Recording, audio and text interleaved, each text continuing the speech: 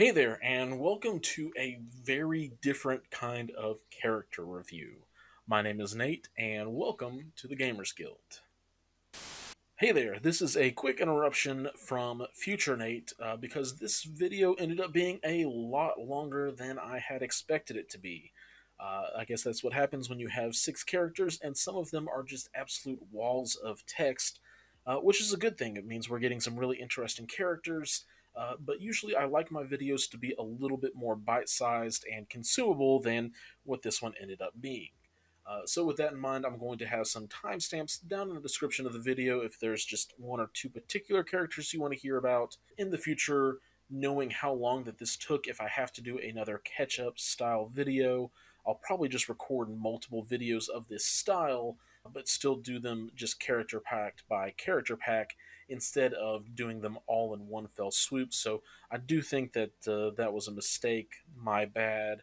But still, this is some great content that you can consume in bite-sized chunks, especially with those timestamps being able to find the characters you want to listen about.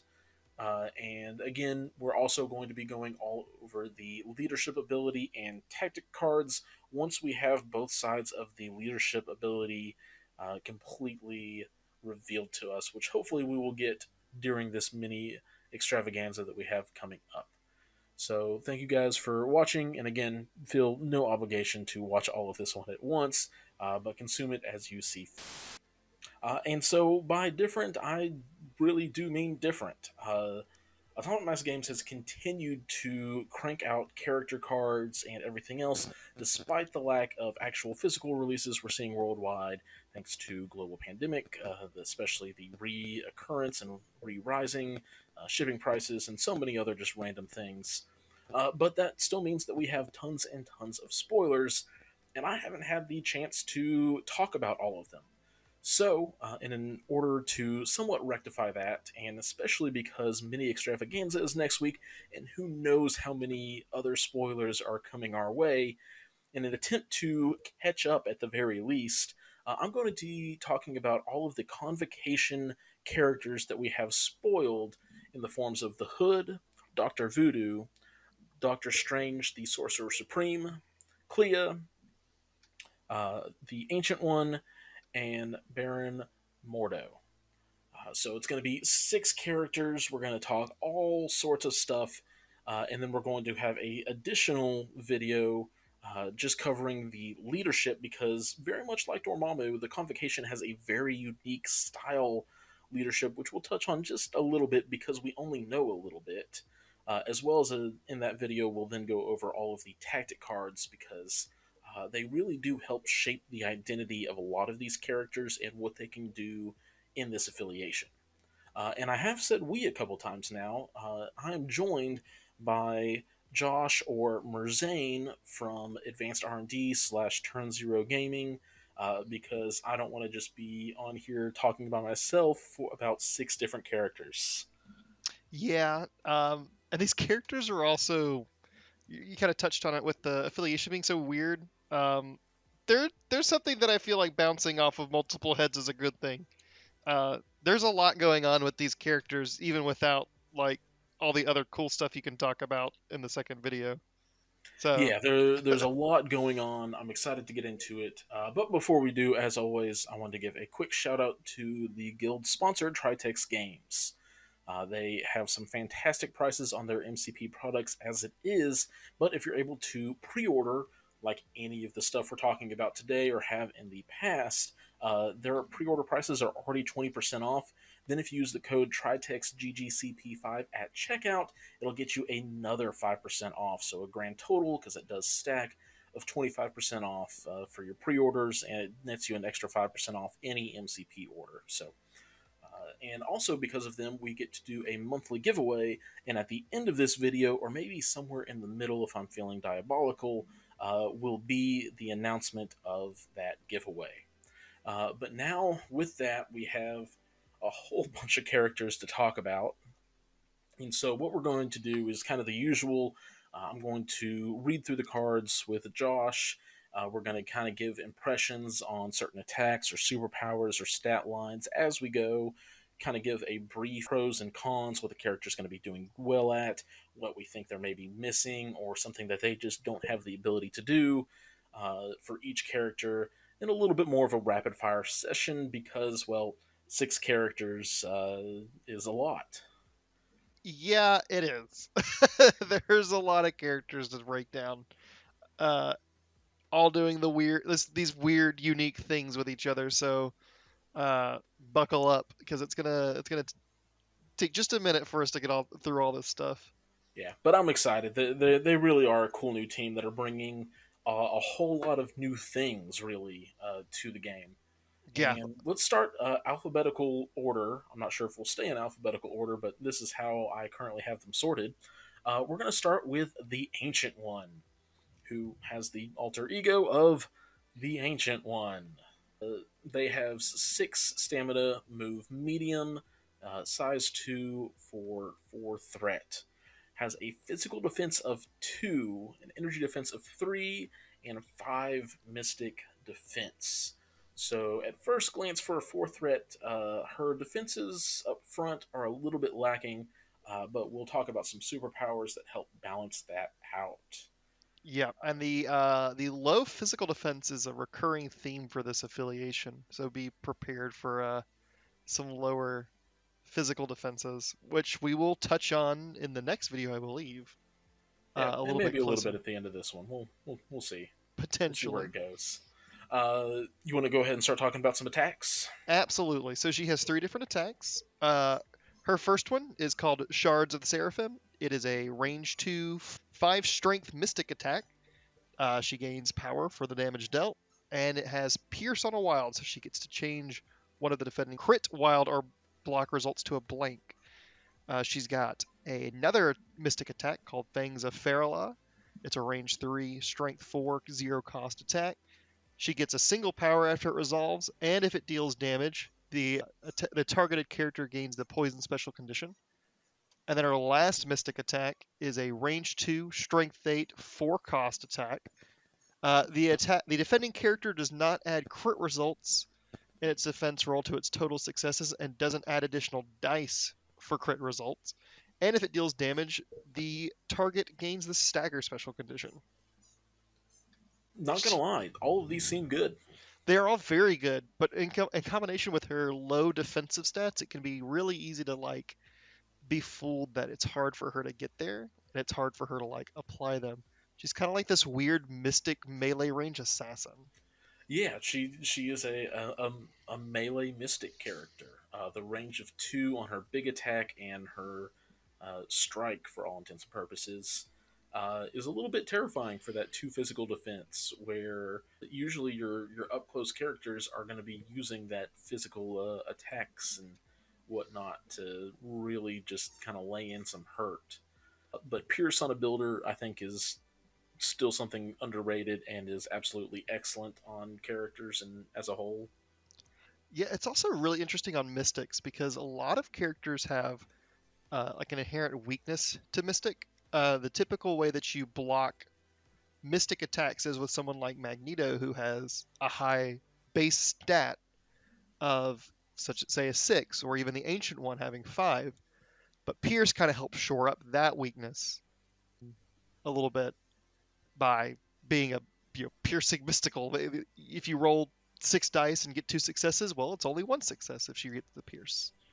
Yeah, and it's kind of unique too because usually one of the downfalls of Pierce is characters with martial artist who will be like, "Oh, it's all good. I count my blanks as blocks anyway." I don't know of any characters that count blanks as blocks against Mystic off the top of my head. I I guess don't either. Steve does technically. Yeah, but it's very few and far between, and he's still kind of weak to it. Yeah, he still doesn't want to see Mystic attacks. That's his lowest defense. He can't buff it. So all in all, a pretty solid ability there. Fangs, I don't feel like is anything particularly special, but I always appreciate the ability to get one guaranteed power out of an attack. Yeah, and having something that gives her a little bit of range harass Hmm. is nice, especially because we talked about her being so entrenched in trying to get into melee. It's nice to give her something that where she can affect people maybe staying outside of her melee range on purpose, or if she wants to stay a little safer from, say, another melee assassin, she has an option to harass people. Yep. And then her spender is very reminiscent of what we have seen on Vision and Scarlet Witch and their spenders. It's real good. This one is It's a very much good. shorter range, but it's still real good. And the added benefit of dealing damage for a guaranteed stagger, if damage is dealt, I guess, is quite strong. It's going to be quite good. I like the idea of if you don't kill them, it's going to make them really hurt on their next activation with that stagger. And your big spender attacks need that, where like if you don't manage to finish them off, you need to be able to put some sort of status condition or push or throw to make it so that they're not just hitting back as hard as they possibly can as a follow up. Yeah, exactly. And nothing feels worse than leaving them on one and giving them all the power they need to double attack you with something bonkers. At least in this case, she'll be able to weather off one cool attack and maybe use some of her defensive tech to weather that one as well. Yeah. And speaking of some of that tech, let's get into the superpowers. Our first one is an active one, Mists of Hogoth. Costs 2 power. It says place this character within range 2 of its current position. The superpower can only be used once per turn. It's Hop. It's fantastic. It's good. Any character that has free movement, I guess action free movement, is really good. It gives them some extra mobility to get back onto an objective and still be able to do 2 attacks, get to an objective that might be out of reach.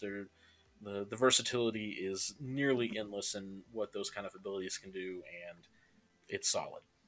Yep. And there's also one little neat trick to consider is that because she will gain 1 power at the beginning of the turn, if she has no power at the end of the turn, she gets 1 at the beginning of the turn. Someone's within 3, she can Fangs of Farala, get the power to do Mists of Hogoth, and then jump into melee range with somebody. So it actually can help her it helps her get in with all of her assassiny stuff Yep. really effectively. And Fangs of And you don't Farala, even have to worry about the fangs, but we'll get into that in just a second. true. Her second power is a reactive one, and it's called the Winds of Watum. Costs 3 power, so it's a little bit expensive, but it says when this character is targeted by an attack, it may use the superpower. Push the character toward this character short. That's super unique. I don't It think is anyone's so done anything unique. like Like, that. usually you're like, oh man, somebody's attacking me, go away. And this one brings her enemies toward her, and we'll talk a little bit more about that after I read these last two. She has 2 innate powers. The first is Keeper of the Eye of Agamotto. When this character is making a defense or dodge roll, it may reroll up to 2 of its defense or dodge dice. So Spider Senses, but better because it also gets to work for Mystic. Additionally, during the power phase, this character gains 1 additional power. So she has mists online every single turn unless she's poisoned or stunned or something. So Well, now I just that's feel stupid for that Fangs of Farala comment. yeah. And then finally, she is also a martial artist. When this character is defending against a physical or energy attack target from within range 2, she gets to add blanks in her defense roll to total successes, which is why Winds of Watum suddenly becomes actually really good, not just because it can reposition enemy characters and get them off of objective points or out of position for bodyguard or any of those kind of things. It also just makes her a lot more defensible.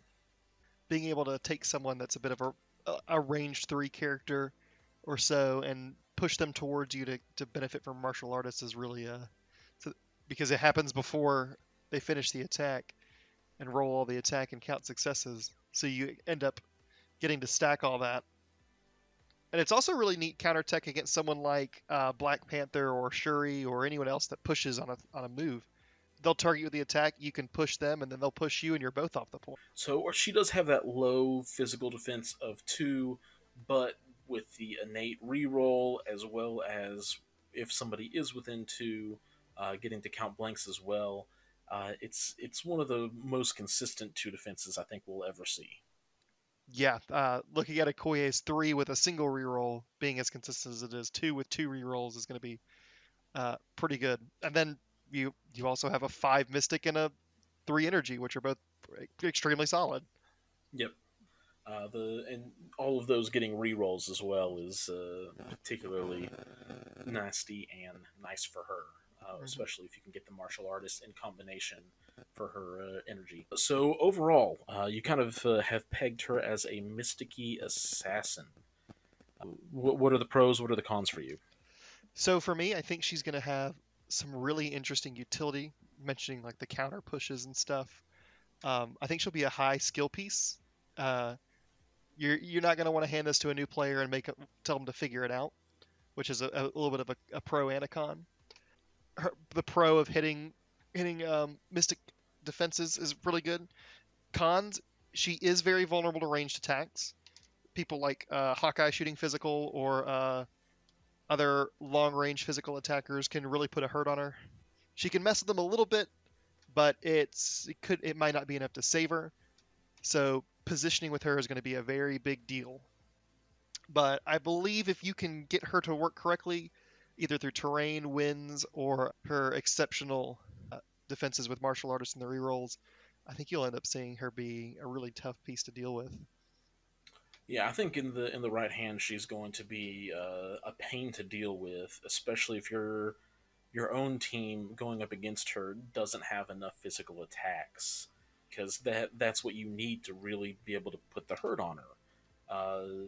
Three dice, two rerolls, counting blanks as blocks is formidable, and Yes. then five mystic with two rerolls is gross enough. So you really do want to be able to either be chucking stuff at her or hitting up that physical as much as you can to hit her, which is then, of course, naturally that weak point. Aside from that, though, I don't think there's anything that really stands out as a weak link or a chink in her armor kind of a thing. Yeah, I think that's a bit of a recurring theme with a lot of these. They'll have some really good utility, really good output, but if you're throwing things or shooting them with physical, you're gonna have they're sweating just a little bit. Yeah. But Uh, overall, fantastic piece. I'm really excited to see what people can do with her on the table.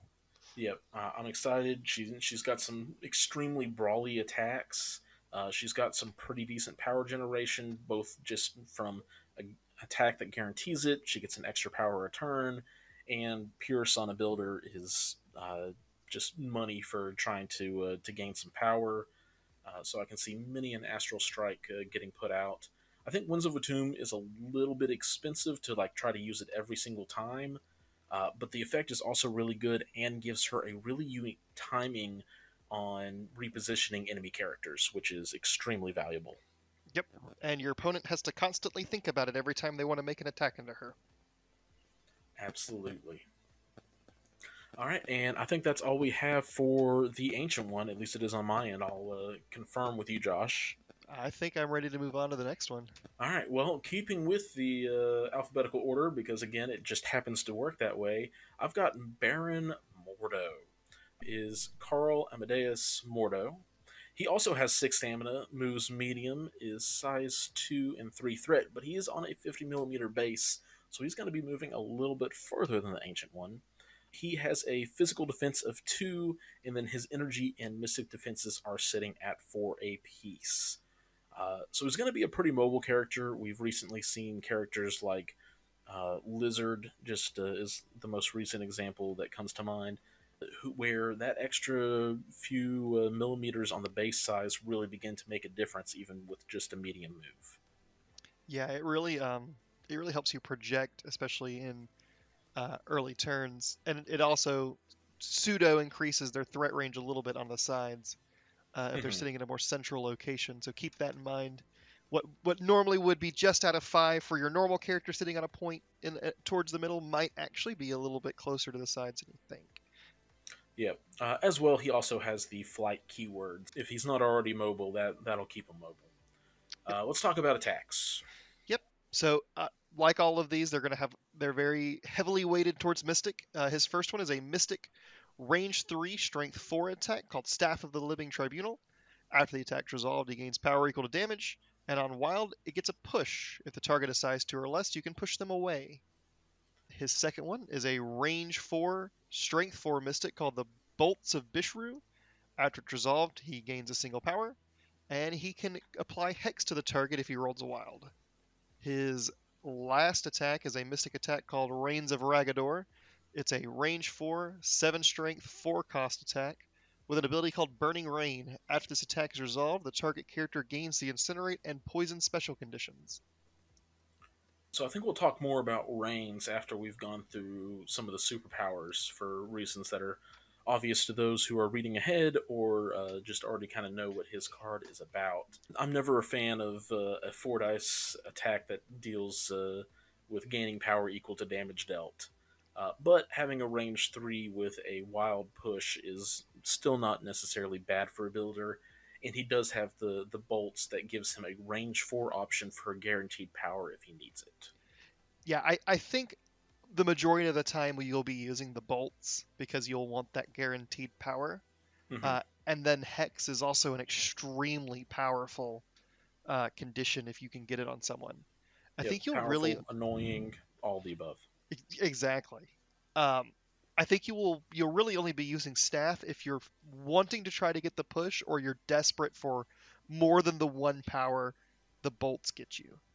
Mm-hmm. Because bolts they're both the same strength and bolts just kind of does a little bit more of what you typically want in a given turn. Yep. And getting a wild on four dice, you're sitting, I think, around a 25% chance at typically. So not necessarily great odds. Yeah, there's probably better characters in this affiliation and in other that you could take from another affiliation into this one to get those pushes if you really need it. Yeah. But speaking of power, if he's really concerned about power, he can use his first superpower, an active one called Master of the Occult. It doesn't cost any power, but it does cost an action. It says this character gains 2 power, and the superpower can only be used once per turn. Just general good stuff. Nice option to have there, especially considering he has 3 other superpowers and all of them cost 2 power. The first one is also active, called Soul Barb. Costs 2 and says choose an enemy character within range 3 of this character with one or more of the following special conditions: Hex, Incinerate, Poison, or Slow. Choose one of these special conditions on that character. Each enemy character within 2 of that enemy chosen character gains chosen special condition. Whew. So that was a lot to say, It's a but mouthful. general idea is you're able to basically spread a contagion condition.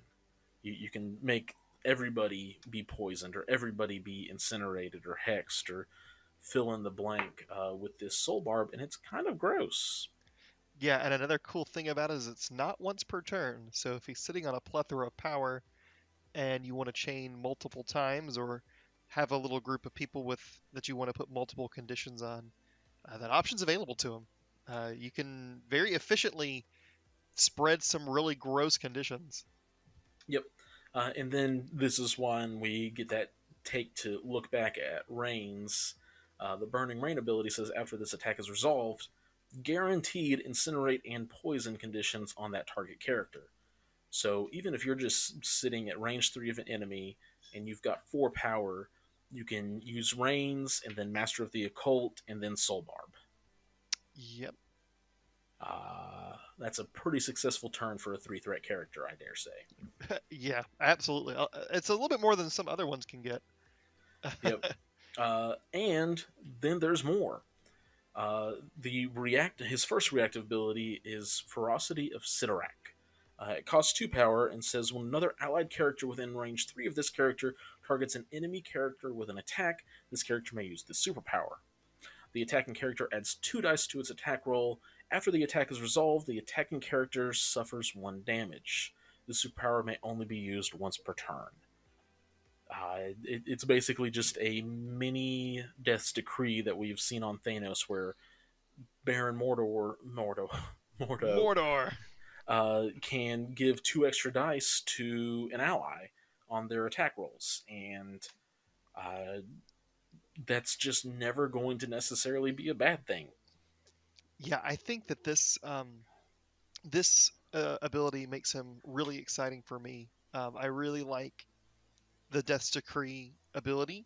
Unfortunately, it's tacked onto a 6 or higher threat cost character in Thanos.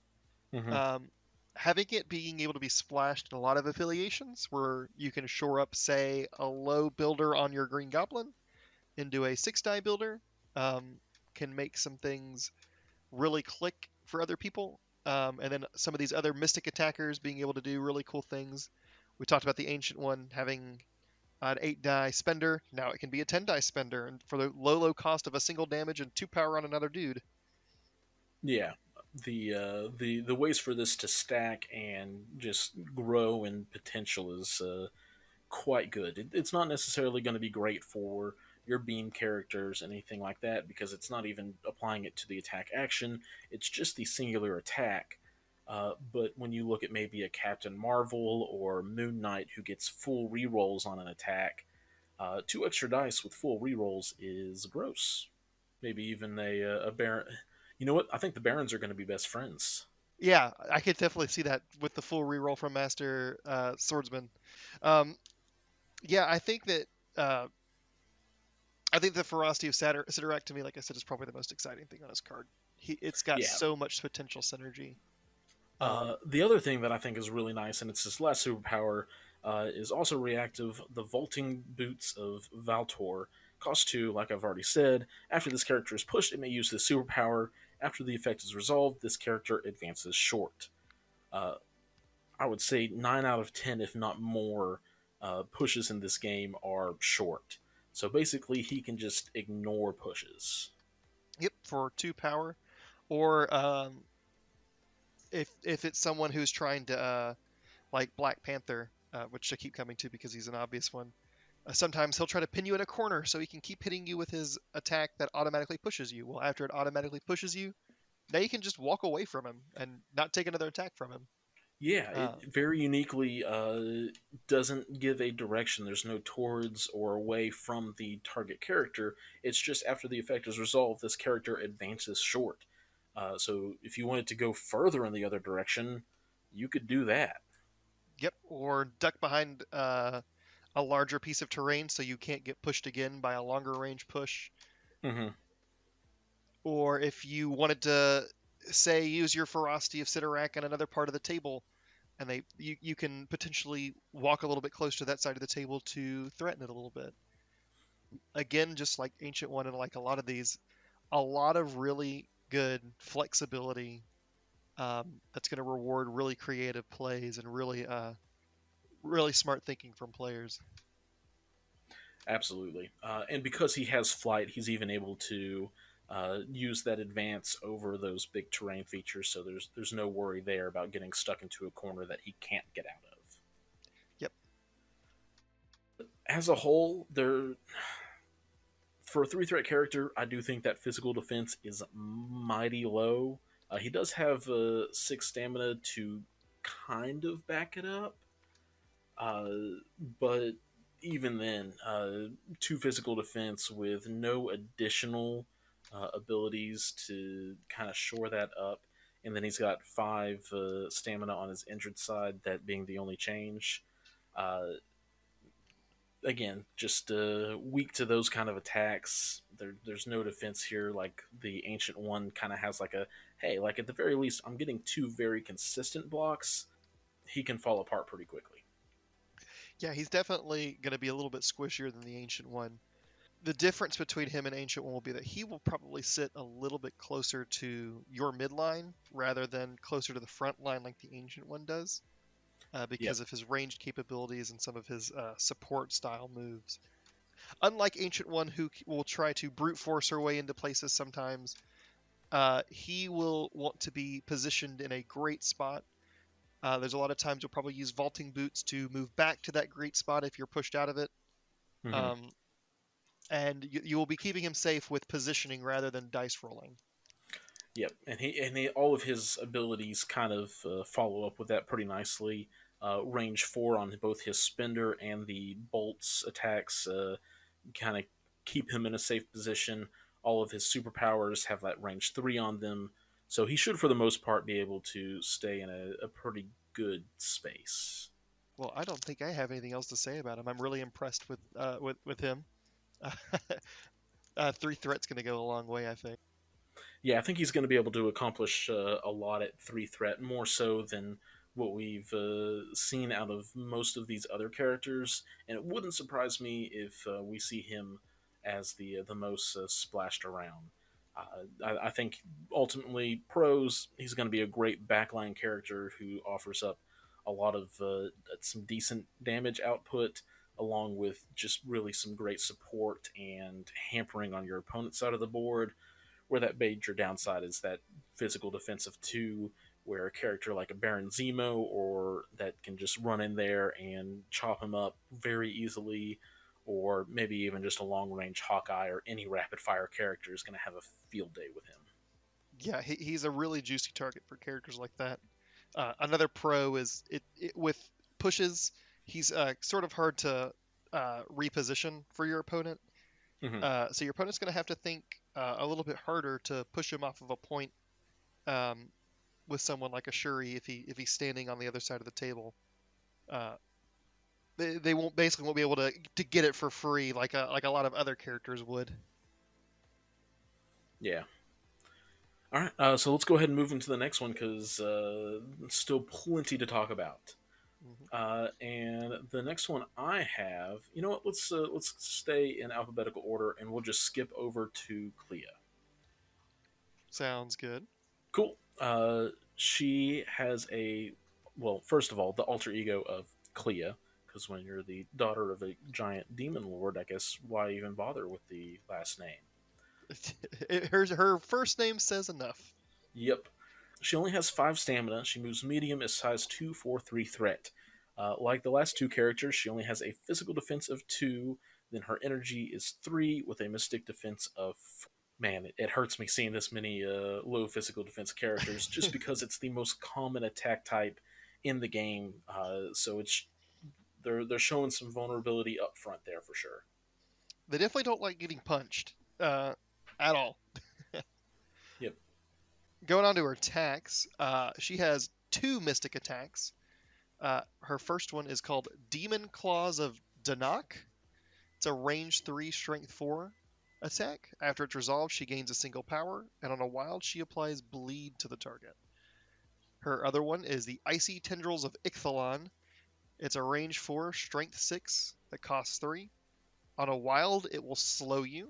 On a wild and a hit, it will slow and stun. And on a crit, wild, hit, and block trigger, it will slow, stun, and stagger the opponent. So a little bit like Enchantress's Spender, having Mm-hmm. the sort of building triggers um, on it. Definitely a little bit harder to hit than the big one than Enchantress, though. Yeah. Less dice also certainly doesn't help the case for it. I like her builder all in all for what it is. The guaranteed power, range 3, 4 dice, I think is definitely acceptable at this point. The wild bleed, sure. I don't feel like there's anything particularly fancy about it. It's just like cool. This is what I would like to see out of a builder that's 4 dice. One thing that's kind of cool with Icy Tendrils as well, we talked about Baron Mordo and how he can spread certain conditions. The one that he can't apply himself is the slow condition, and Clea gives him a way to spread the slow condition with her spender. So a little bit of their synergy amongst these characters kind of showing in that regard. It's a sliver of synergy, but it's there. I'll give it to you. Hey, I'm just saying, there's synergies there. Yeah. Personally, I'm not a huge fan of the spender. 3 power for 6 dice at range 4 is pretty good, but the slow effect can be detrimental, but there's also times where it just does not matter in the least. And then getting all the way up to the stagger, you're going to have to either add a bunch of dice or get some nice rerolls in there for that to consistently happen. Someone like a Baron Mordo giving her 8 instead. It certainly goes to help, but it's still definitely not the thing you probably want to be doing with her most often. No, Uh, I think her attacks are not the things you're typically bringing her for. no. So let's talk about those superpowers. Her first one is an active one, and it is Descendant of the Faltine. It costs 0 power, but once again does cost an action. It says this character gains 3 power, roll 5 dice. For each skull rolled, this character suffers 1 damage. The superpower can only be used once per turn. And I'm just going to go ahead and blow straight through to another active power, Vapors of Dormammu. Costs 3, and it says choose this character or another allied character within range 3 and place it within range 2 of its current position. A character can only be placed by this superpower once per turn. Sound familiar? This sounds like a mini Red Skull to It me. is almost exactly a mini Red Skull. It's not an exact Red Skull because it's range 3 instead of range 4 for how far her reach extends. But then on her entrance side, it just stays as skulls dealing her damage instead of skulls and blanks. Yep. Another key difference is with Red Skull's 6 stamina, his version of this ability will never just one-shot him from 0 damage. Mm-hmm. Whereas with her 5 stamina, there is always the potential that she could roll 5 skulls and she could just die to her own ability. Very, Very very rare, unlikely, very but it unlikely, but a key difference, I believe. The first time that happens to someone, they are going to feel a little bad about it. I dare say they'd feel very bad about it. Her last 2 superpowers, she has the innate immunity to incinerate, but she also has one more active superpower, which is quite handy. It is Oshthur's Mighty Hand. I don't know how to pronounce that one. I'm sorry, guys. It's also costs 3. It says choose an interactive terrain feature or enemy character, both of size 2 or less, and within range 3, and throw it short. Like most other throws, it can only be used once per turn. I, I What's think I think Go what's ahead. more impressive than the ability itself is your good pun on it. Thank you. It's a rather handy ability, Oshthur's mighty hand. And why I like it so much is she presents a control piece as early as turn 1, similar to what we've seen with Ghost Spider, where if she lines up on a middle point, she can move up once and then use her Descendant ability to get that 3 extra power and throw a size 2 character off of the point turn 1. So it's not quite Valkyrie where she's done able to double move onto that point and then throw somebody off, but she can still pull somebody off of a point turn 1. Yeah, I think that the range 3 on it will go a lot further than a lot of people think. It lets her stay in relative safety as opposed to people like Valkyrie who typically have to move into melee range with a character to Mm-hmm. throw them and putting themselves in a definitely in a move and attack range again. Uh, Clea is not unlikely to throw someone at range 3 and not be in any melee danger from them afterwards. Yeah, absolutely. Especially if you're able to push them further away. Hmm. So as a whole, I think she's a very unique character. Again, pretty fragile, even on the behalf of the usual 3 threat flame that's already kind of typically average and fragile. Uh, but her control and out of activation movement for allied characters as early as turn 1 can be quite the boost to your team. Yeah, I've always liked Red Skull's. Well, just like Death's Decree, I like this feeling like a mini Red Skull that you can put in other affiliations. 3 is a little bit more manageable to put into another affiliation than a 4 threat is, Mm-hmm. if you're wanting a support piece. And I think that's kind of where she'll be. Is she's going to be a very support-oriented piece with the throw as a good handy backup. Yep. So weak point continue to sound like a broken record here for probably a little bit. She can very easily get picked off by any of these like rapid fire attacks that are for the most part all physical. A Baron Zemo or Valkyrie who's able to charge in there will just ruin her day.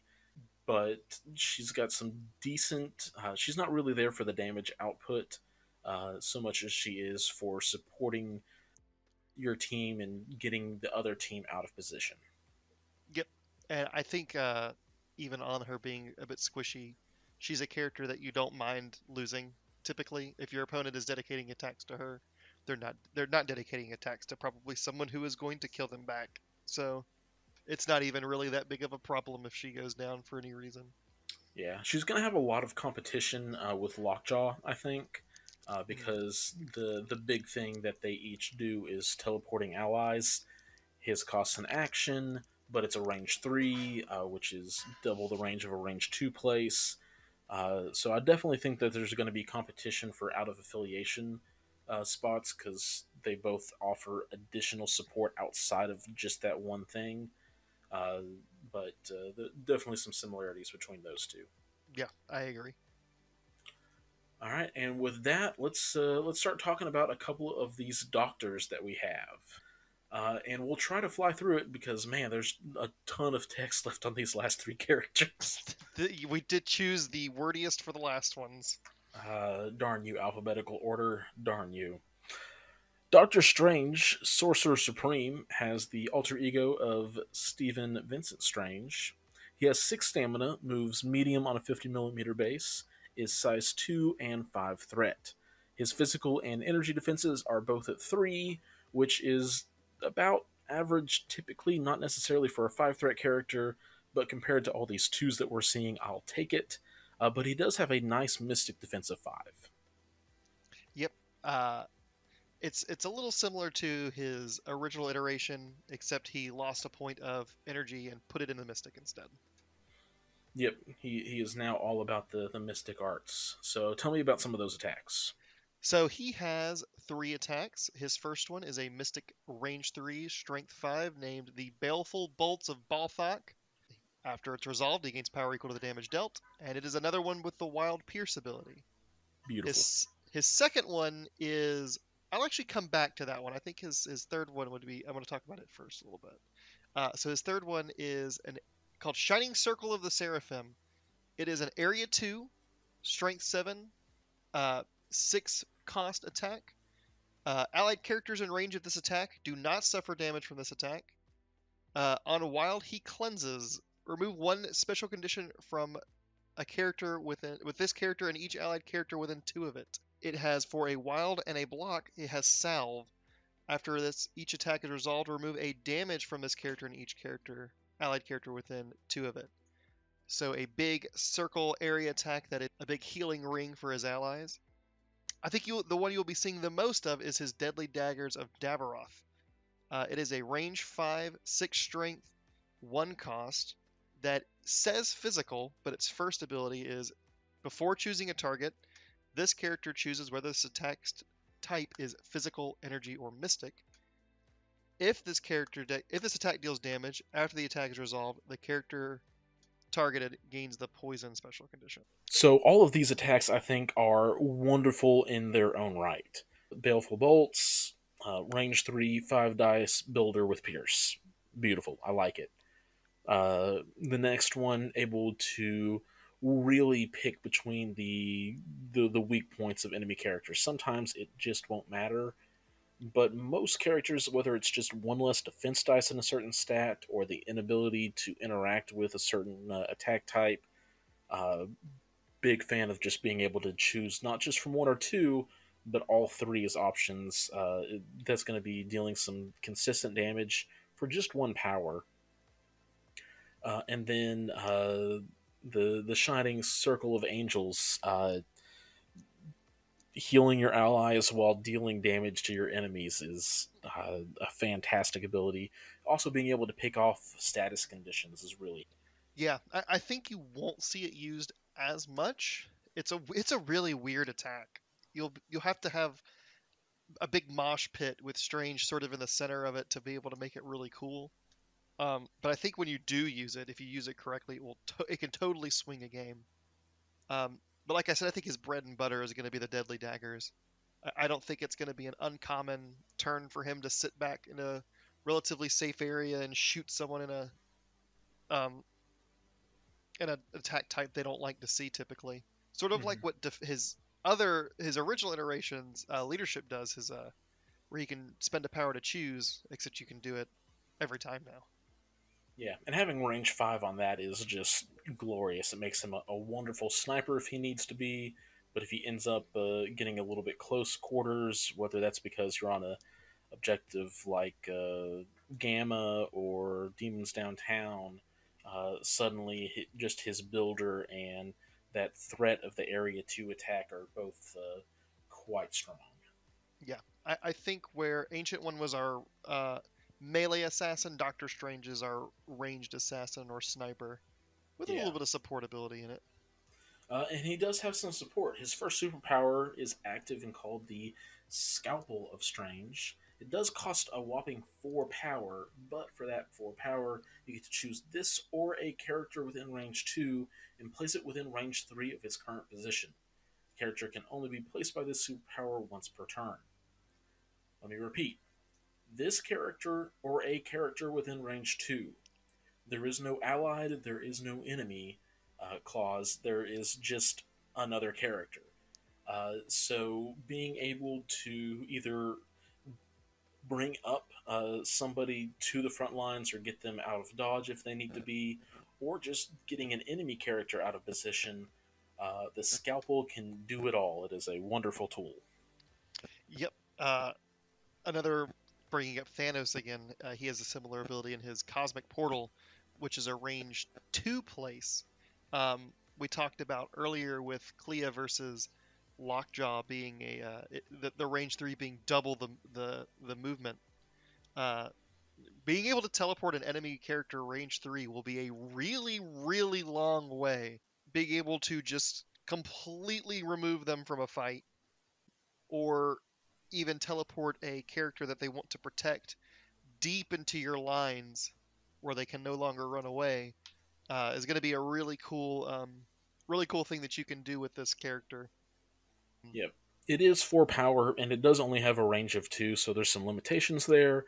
But Strange, I think, best of all, able to just place himself within range 3. It's a little bit of an expensive hook arrow, but the rest of everything that he has going on makes that additional cost quite well worth it if he can then suddenly get a double attack off. Yeah, I think it's impactful enough on either side of your table to justify the 4 cost. Yeah. Especially because he's also he has a lot of innate powers. The first is chosen of the Visanti. It says during the power phase, this character gains 2 additional power. Then he still has the Eye of Agamotto. This character can modify and re-roll skulls or failure dice results, and this character may re-roll all of its attack or defense dice once per attack. Uh, this doesn't necessarily make his attacks like crazy stronger or his defenses crazy stronger, but it does make them more consistent. And there's also the chance like you roll decently and get some crits, and you're like, okay, maybe I risk it and try to hit harder. Can always be good, but for the most part, it's just a fantastic consistency engine to help mitigate some of those crazy dice spikes that you don't want to see.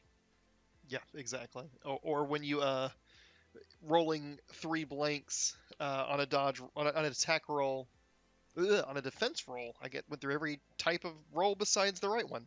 Uh, Rolling 3 blanks on a physical defense roll really hurts until you can re-roll it with the Eye of Agamotto and get 2 in a blank, or get all 3 successes.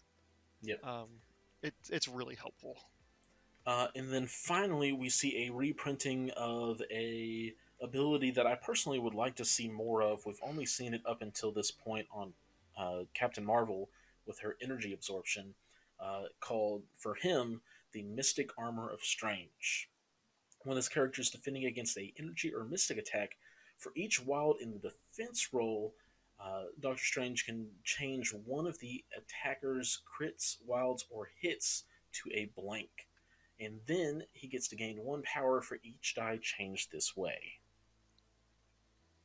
Yeah, I really like this style of targeted uh, defensive pierce, sort of. Mm-hmm. You're kind of piercing the enemy attack a little bit. Um, Yep, and he's gaining power for it. Uh, and you can even, with the full reroll, the timing is you'll have to reroll your own dice before you get to start messing with any of your opponents. But still, it's just such a powerful ability. Having it on 2 of his defense types makes it even better. Yeah, because a lot of the time I feel like people will ignore that aspect of Captain Marvel if they can help it. And while physical's common, so you won't see it against everyone, there's a lot of really powerful characters like Scarlet Witch that exclusively deal with mystic attacks. Yep, or a character like Enchantress, who is quite popular at the moment. Yeah, Uh, just kind of this shuts her down pretty well. yeah, exactly. It's going to be a really cool ability. It's one that you'll have to remember. It can be easy to forget this one, but it's going to be extremely powerful if you can get some good rolls off on it. Absolutely. So as a whole, broken record time. Man, if you bring a convocation list that doesn't have a answer to a bunch of physical attacks, you're just going to be in a bad way because Strange has some great defensive tech. Most of it is geared toward his energy and mystic defenses, which are already decent and then impressive with the mystic. But that physical, you get the full reroll at least, but that's it.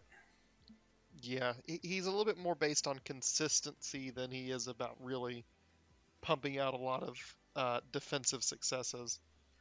Yep, which is, to be fair, kind of a new take on Strange because the first one we got was pretty defensively focused, a little bit more balanced in his defenses with 3-4-4, uh, being able to add defense dice for rolls not just for himself but also for allies. Where this Strange is obviously a good bit more aggressive, has some control elements with Scabble, but it isn't necessarily just that. It's a multi-purpose tool that has some control elements. But man, this is an offensively minded Strange. Yeah, this is a strange that came to take no prisoners, or Yeah, take you prisoner with scalpel and then beat you up for your extract or your information or something. yeah, and what I really like is he should be able to hold a flank on his own most of the time, as long as you can get him in a good matchup. Yeah, definitely. Um, the one gripe I have about him compared to other strange is he loses the ability to use the pentagrams of Faralaw, the vapors of Voltor, or the other spell that's escaping me right now because they are technically not. He's technically not Doctor Strange, um, but you forfeit that flexibility for in tactics cards with this really cool self-contained toolkit that does a lot on its own anyway. Where the other one, the other Strange, felt a little bit more like a support piece that was shoring up weaknesses of other characters anyway. Mm-hmm. Yeah, this is definitely a different Strange, but I do like that he's a little bit more of a complete package at 5 threat, where the other Strange, a lot of the time, you almost kind of need that soul gem to make sure he's going to have enough power to do everything he wants. Yeah, I don't consider it stapled to his card as hard as say the Reality Gem is to Corvus Glaive, but the Soul Gem is a big part of his identity, I think. And this one being able to just ignore that uh, and be able to kind of be self-contained is really good. Yeah. All right. So next up we have Doctor Voodoo. And I'm going to do something a little bit weird, and I'm going to read one of his superpowers first because it kind of shapes the rest of his character and what he is doing. And that is the innate superpower Spirit of Brother Daniel. It says this character begins the game with the Brother Daniel token. While this character has the token, add 2 dice to all of its defense and dodge rolls. And during the power phase, you may move the token from anywhere to this character. Whenever a character is dazed or KO'd while it has the Brother Daniel token, move that token to this character. This character cannot have a Brother Daniel token except the one it begins the game with, and when this character is removed from the battlefield, remove its Brother Daniel token from the game. Additionally, whenever this character rolls dice after the effect is resolved, gain 1 power if he rolled at least 1 failure or skull result. So this is something to keep in mind, that he definitely has the ability to have higher defenses than what I'm going to state here at first, especially because he also has the ability to recall his spirit. It's a reactive power, cost 2. It says when this character is targeted by an attack, it may use the superpower. Move the Brother Daniel token to this character from anywhere. being able to raise some defenses back up. So I guess with all of that in mind, Dr. Voodoo has the alter ego of Jericho Drum.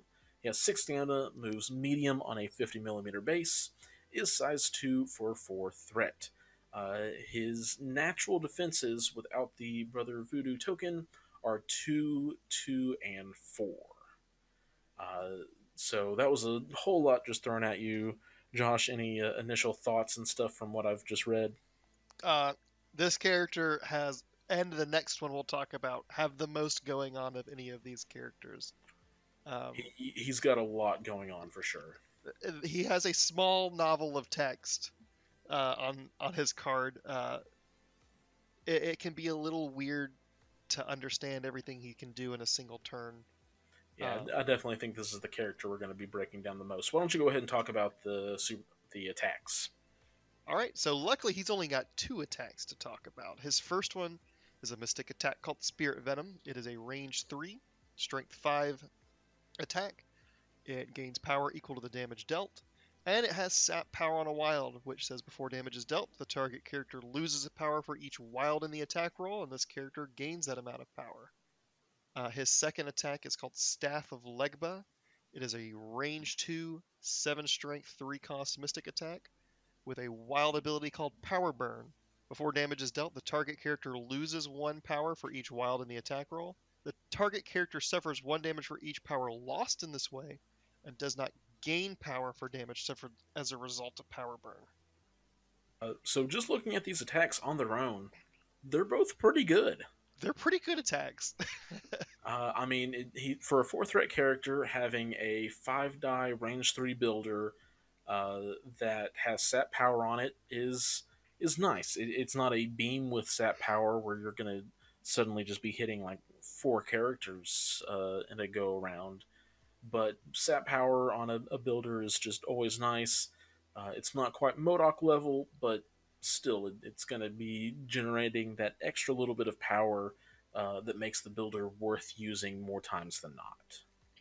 Yeah, and I like that both of his abilities, or both of his attacks, sort of have this take away power identity. Mm-hmm. He seems to be a character that is less concerned with hurting, with like killing you or helping his friends, and more on focusing on 1 or 2 enemy characters and really making their lives miserable. And I think that it starts with his attacks, removing a lot of the power that they can use to fight back. For just extra little bit of clarification, his spender, the burn for power, he only takes that additional damage if he loses power from it. So if they only had like 1 power to begin with, even if you roll 7 wilds, he's only going to be taking 1 damage. Yeah, But if a character's loaded up with power, the if your normal dice versus defense don't get enough damage through, just rolling some wilds in there may be enough to push that final bit of damage over the edge. yeah, exactly. The only other attack I think that's sort of like it would be Ghost Rider's Penance Snare. Mm-hmm. Uh, the big difference being his is a raw damage attack with a lot of dice based on how much power they have, and this one is one that's more self-contained with the wild sort of like sap power. Yep. Both being really good ways to remove power though if you can roll correctly. Yeah. Both really nice. Uh, so let's talk about the other 2 superpowers that I haven't talked about. The easier to understand one is going to be Spiritual Strength. It's also active, costs 3. It says choose an interactive terrain feature or enemy character, both size 2 or less and within range 2, and throw it short. But if this character has its brother Daniel token, you may choose a terrain feature of size 3 or less in range 2 instead, and then throw it short. And like most other throws, it can only be used once per turn. So I think that's just kind of neat. Like he's stronger both defensively, but also able to like throw things more when he has his spirit with him. So a little neat interaction there that I think is super flavorful, and also just actually works well. But the big one and the one that is going to take the longest for our minds to probably completely wrap around, as well as just probably the communities, is possession. It's an active power. Its cost is X, meaning that you're going to be able to choose that value depending on what you need from it. It says this character may spend any number of power to use the superpower. Choose an enemy character within range 3 of this character with a threat value equal to or lower than the amount of power spent to use the superpower. The enemy character drops all objective tokens it is holding. Move the Brother Daniel token to that character. While that character has the Brother Daniel token, it cannot interact with, hold, or contest objective tokens. Yeah, this one's a real nasty ability. This is really good. I don't even want to try to dip too much into the numerous scenarios and specific situations where this ability can be used to really just control the game state to one degree or another. Uh, it's just going to be very powerful. If Dr. Voodoo is a last activation, the influence on the board that he has is incredible with his superpower. Uh, the guy's going to be a little bit crazy, man. Yeah, I'm really excited to see how he. I think he's going to change a lot of games um, with that possession ability, and I Yeah. really like overall the design aspect of the Brother Daniel token in general. It being an offensive piece that you can put on people to really mess with them, and it doesn't directly hurt them. It just hurts things they want to do, like a debuff. Hmm. But then he can at almost any instance that he may want to bring it back, he can recall it to help himself for the cost of not being able to hurt the enemy anymore. Um, so just this really cool give and take um, with that superpower or all this combination of superpowers as it is. Um, Yeah, it's really the combination of the possession, recall spirit, and the innate power, all of them. It is worth mentioning real quick that he is immune to the hex and incinerate conditions, and he has the flight innate keyword, and on his injured side, it is the exact same. yeah.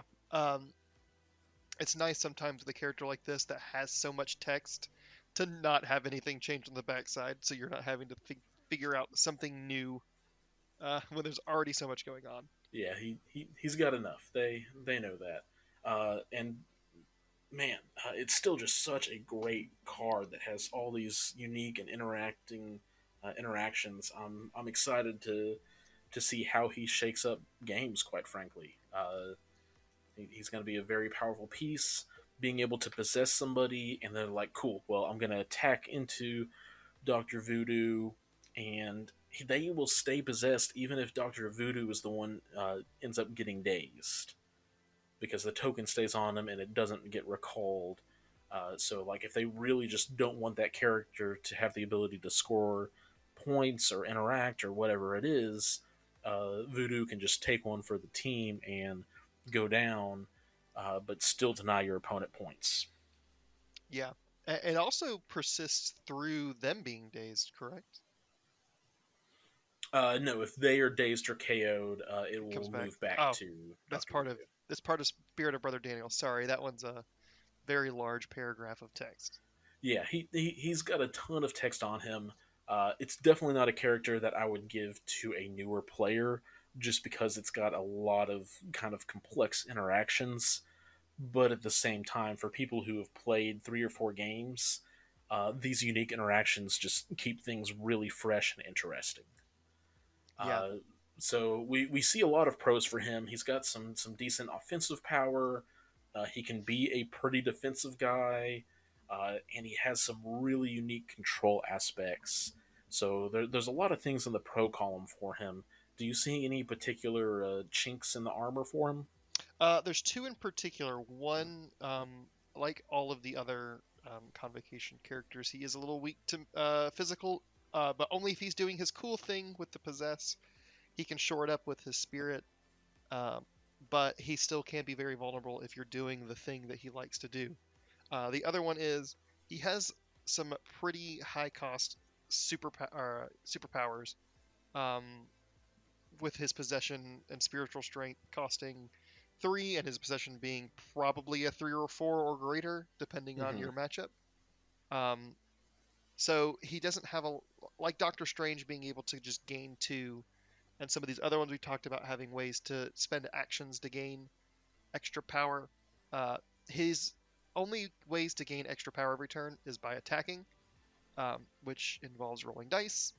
Um, and if he rolls any dice and gets a skull, he gets a free power, sort of like Shuri and Beast. So he's not going to be swimming in power like some of these other Convocation members might be. So you might have to be a little careful with how you use your superpowers and your spender attack. Yeah, he doesn't have he's not, I don't think, gonna ever be like just completely power starved unless you're trying to possess a 9 threat Thanos or something crazy like that. Yeah, Don't do it. It's not worth it. Um, but between the ability to sap power, just having a decent builder that also will net you a power if you roll a skull, I think he has enough ways to get access to power that he's not going to be power starved. But he definitely needs to be diligent with how he is spending his power.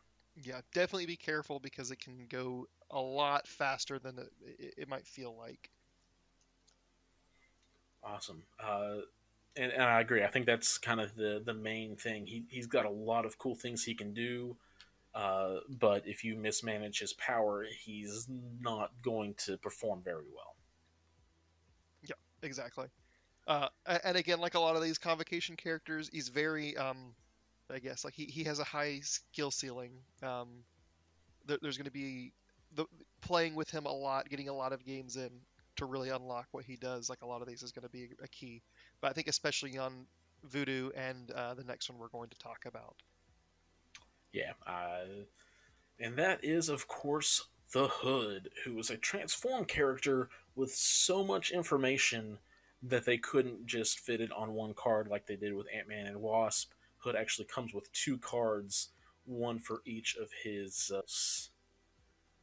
Yeah, So, what we're going to do is go down the entirety of Hood's normal card without too much comment, and then we'll go through the Hood's possessed card, and then after we're through both of those, we'll come back and talk about this very interesting character.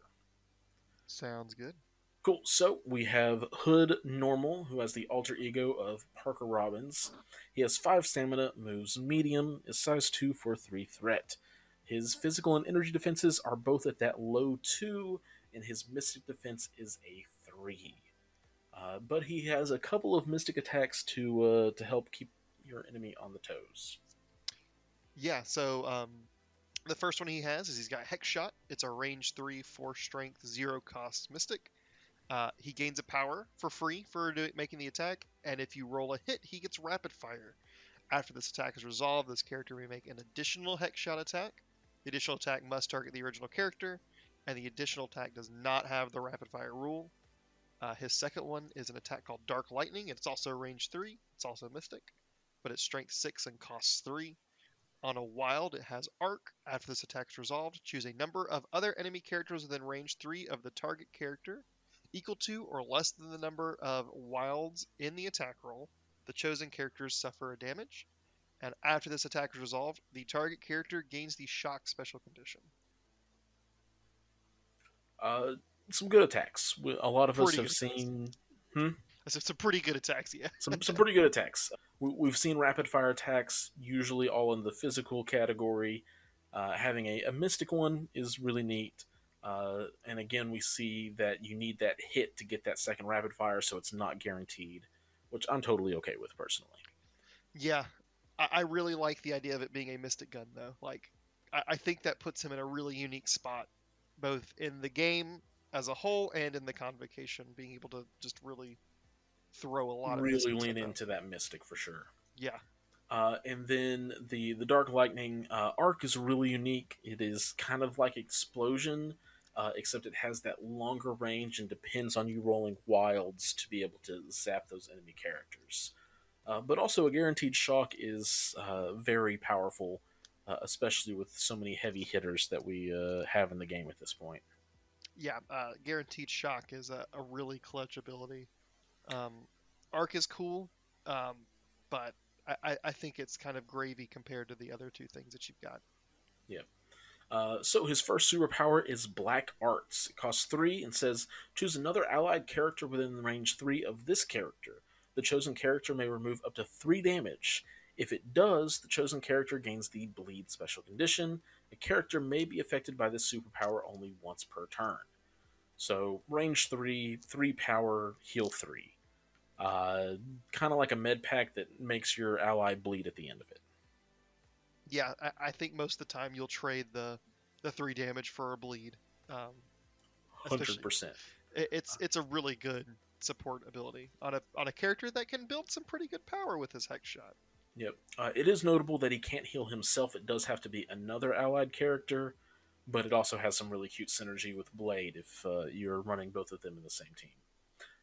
Next up, though, we have Invisibility Cloak. It has a reactive ability that costs 2 that gets to be triggered whenever this character is targeted by an attack or would make a dodge roll. It says that this character gets to use his Mystic Defense to defend or dodge, and during this defense or dodge roll, he gets to add blanks in addition to its total successes. Uh, I'm not gonna lie, I'm kind of whelmed by this defensive ability. I can see that.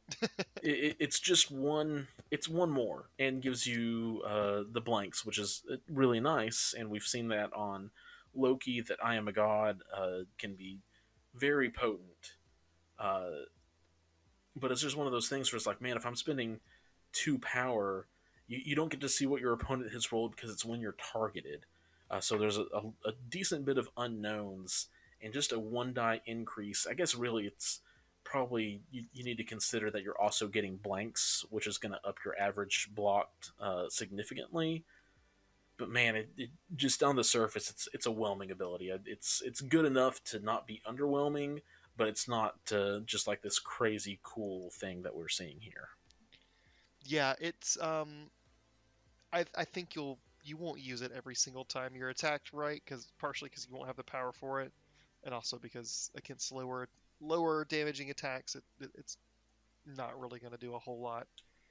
And also, you kind of want him to take damage potentially because of his last superpower on this side, which is the innate possessed by Nisanti. When this character is damaged by an enemy effect, after the effect is resolved, this character may transform into Hood Possessed. If this character would be dazed, before being dazed, it transforms into Hood Possessed, and then it is dazed. So the first one is a May just on him taking damage. However, if you do daze Hood while he is in his normal form, he will guaranteed wake up in his possessed form.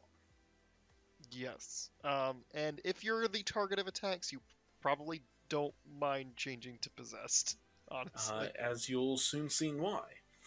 So I'm not going to bother reading through all the top stats because they are all the same, but he does gain a couple of new or empowered attacks. Yep, the first one is Razor Talons. It's a range 2, strength 6 physical attack that costs 0. After it's resolved, he gains power equal to the damage dealt. On a wild, he applies bleed to the target. And after the attack is resolved, if the character targeted was dazed or KO by the attack, this character transforms back into Hood normal. His second one is a Mystic attack, range 3, 8 strength, and 4 power. It has Arc, but empowered, called Empowered Arc. It is the same thing, where for every wild roll, you choose another character within range 3. But instead, this time, they take 2 damage for every character that you've targeted. After it's resolved, they gain shock just like normal. And then after the attack is resolved, he transforms back into Hood normal as well. You get the big super attack off, and the demon's energy has been spent turning him back into normal Hood, I guess. Something like that. Yeah. Uh, so, and before we talk about these attacks, I do want to mention that his first superpower on this side is Charge Active, costs 2 power and an action, lets him make a move action followed by an attack action, and that superpower can only be used once per turn. But charge, I think, is always relevant, especially on a character that has a range 2 attack. Not to mention being able to really just extend the range of the empowered Dark Lightning could be absolutely gross. Yeah, you can get really far on that empowered Dark Lightning if you've got the power to spend for it. Yep. The other two superpowers, first up is Demonic Resilience. When this character would suffer damage from an enemy effect, reduce the amount suffered by 2 to a minimum of 1. We've seen a lot of reduce by 1 to a minimum of 1, but reduce by 2 to a minimum of 1 doesn't just keep him kind of like in a decent tanky zone. This really even cuts down on spikes at this point. Yeah, he will be an extremely hard character to take down if he's now. Granted, it's hard. It is very difficult to see him possessed with full health, uh, because Hood has to take damage to become possessed. Uh, but if you ever heal him, or if you ever somehow make it to this side with a full health bar, it can be really, really, really tough to take all that to take that 5 stamina down. Yeah, and at the very least, he's going to be waking up injured with that 5 stamina because his front sides and back sides of his 2 cards are the same. Yep. He'll wake up with that full stamina of 5 on his injured side. And then finally, the last thing is his Mystic Vulnerability. Also, innate says when defending against a mystic attack, this character does not add additional dice to its defense roll as a result of crits. And if this character is damaged by a mystic attack after the attack is resolved, it transforms into Hood Normal. And if this character would be dazed by a mystic attack before being dazed, it transforms into Hood Normal and then is dazed.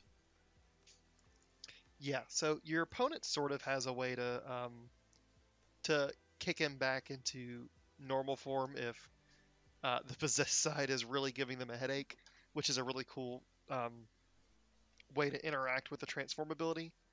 But it also means that you definitely don't want to put him against. If you want him to be a big, scary monster tank, you don't want to throw him at an enemy Doctor Strange or Convocation team. Yeah, because where he's going to do really well is taking normal to big shots and just kind of shrugging them off while he moves up for a big dark lightning attack or something along those lines. So, very interesting character with both of the sides now fully covered. Josh, give me some impressions. I really like him a lot. 3 points makes him very splashable. Mm-hmm. He's a little defensively weak as a normal person, but possessed, obviously, like we talked about, he becomes really tanky. So he can be an interesting, like, ranged harass piece with his hex shots. Able to heal up allies if you want to. Um, but then in a pinch, he can turn into, when attacked, he can turn into this unstoppable rage monster almost, and throw some really big attacks around for in retribution for taking all the damage he may have on his front side. Um, I really like I really like him. I think it's going to be a little tough to play him since some of his transformations are forced in weird ways, unlike Ant-Man and the Wasp. Mm-hmm. Um, just like Voodoo, I think managing how and when you transform him and where you use his abilities is going to really define how well he does for you on the table. Yeah, I feel like most of the time this is definitely one you want to be able to try to keep if you can manage it in the possessed form, because that's where the big damage reduction is, which is going to be really handy. It's where a lot of his damage output lives. Uh, the charge is on that side.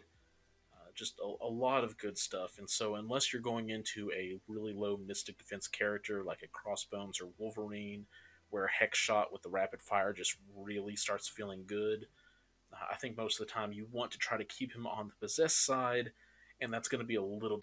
Uh, yeah, it'll be a really interesting dance between like keeping him away from mystic attacks so he doesn't flip because your opponent said so, and also making sure you don't accidentally kill people with his talons, um, because that also forces you to transform. Uh, I guess his bloodlust is sated or Hmm. something. Um, if you're wanting to keep him on the possessed side. So it could be, especially with it being a 6 die attack, it's a little dangerous to use that if you're wanting to keep him. Yeah, it's tough because you definitely you want to gain the benefits of those damaging attacks, but if he ends up dazing somebody with the razor talons too quickly and still has like an action left that you're wanting to do the empower dark lightning, that's gonna feel a little bad. You can still do the normal dark lightning, but the extra dice and dealing 2 damage for a wild is all quite good. Um, and so it's going to be a weird dance. The other thing I'll point out is even on his tanky side, Hood is going to not like other characters that have rapid fire. Uh, just Black Widow doing 4 dice attacks into 2 physical. Like, sure, you're going to reduce it to 2 to a minimum of 1, so Widow is just going to chip in and just annihilate this guy, and I think much could be very similar situations for anybody else that has rapid fire. Yeah, I think more than almost any other character in the game, Hood really hates seeing himself across the table for that reason. Uh, Very likely. Kind of an interesting matchup there. Who wins, the Yeah, possessed side or the normal side? well, I think it's funny because they both have game into each A other, little right? bit, yeah. Hood forces him back, normal forces him out of possess, but possess can also absolutely eat him alive with razor talons. Yeah, interesting look at that. So as a whole, I definitely think he's another piece that is not one you want to like. He can definitely be a cool piece to just put on the board and start playing with him. But it's definitely also going to be a piece that you get better and better with more reps and a better understanding of how the character needs to play and what matchups you should try to avoid putting him into in putting him with, I guess. Yeah, I definitely think that too. For me personally, I think this is my favorite character of the 6. I'm really excited for just about everything he brings. I think he has a lot of really cool stuff. Uh, so I guess yeah, let's say favorites. So I think my favorite character out of them all is this new Doctor Strange. The sculpt is absolutely fantastic, and I'm super excited for what he looks like, what he's going to bring as a new character that's able to hold his own a lot better than the other Strange, who is a little bit more of a support at 5 threat. However, I think the character that we will see the most play of is probably Doctor Voodoo. Yeah, I can see that. Yeah, yeah, and I gotta say, like, if I was choosing best sculpt for me, it's definitely Doctor Yeah, Strange. coming out of the Um, Dark Dimension portal thing is super cool. that yeah, it's a super sweet model. Doctor Voodoo probably will be used a lot.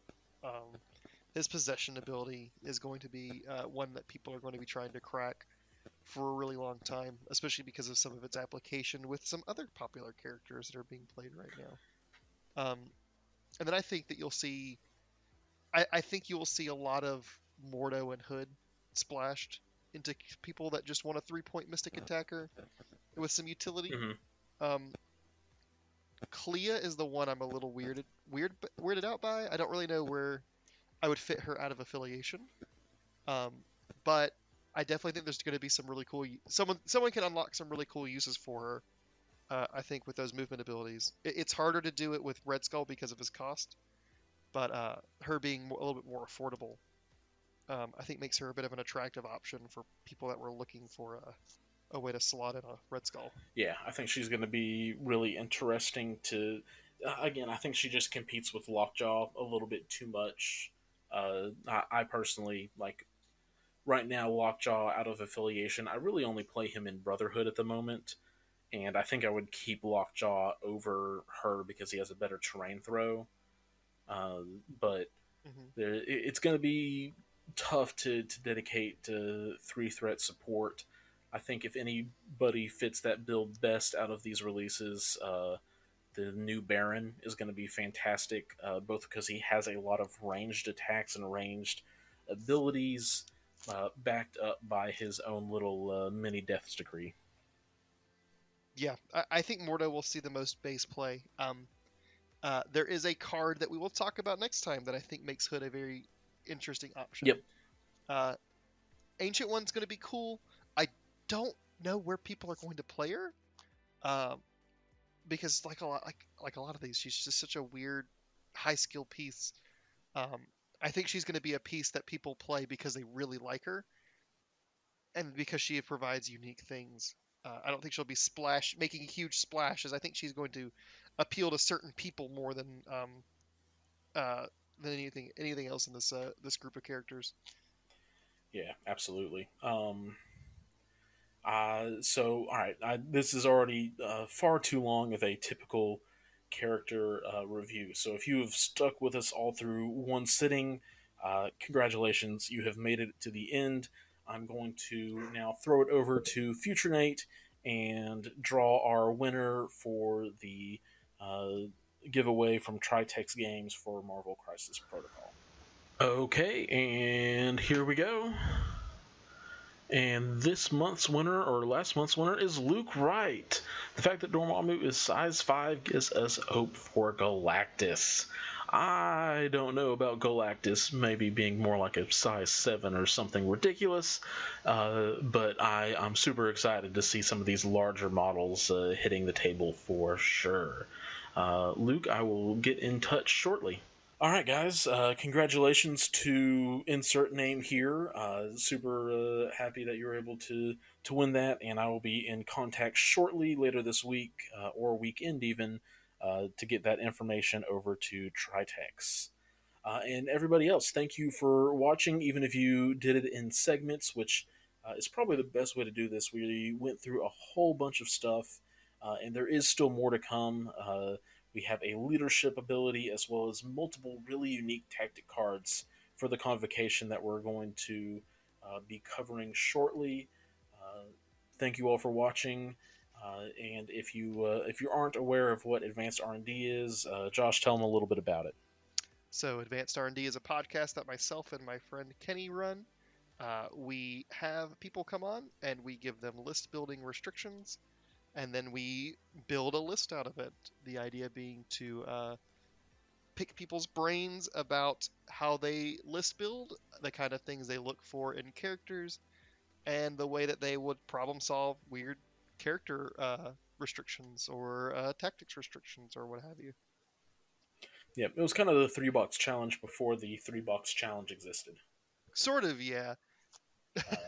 With more of a like, hey, we're going to purposefully restrict certain things even out of that 3 box challenge, and just Yeah. really stretch people, put them into the jank tank, which was a lot of fun. I've been on it. Uh, so go and check them out. And of course, thank you all for watching, listening to this long video with so much information. But again, I'm just so excited for everything that we're going to be hearing from Atomic Mass Games next week for the mini extravaganza. So I wanted to get caught up so I could be fresh and start talking about those other things. So thank you all again, and until next time, keep on gaming.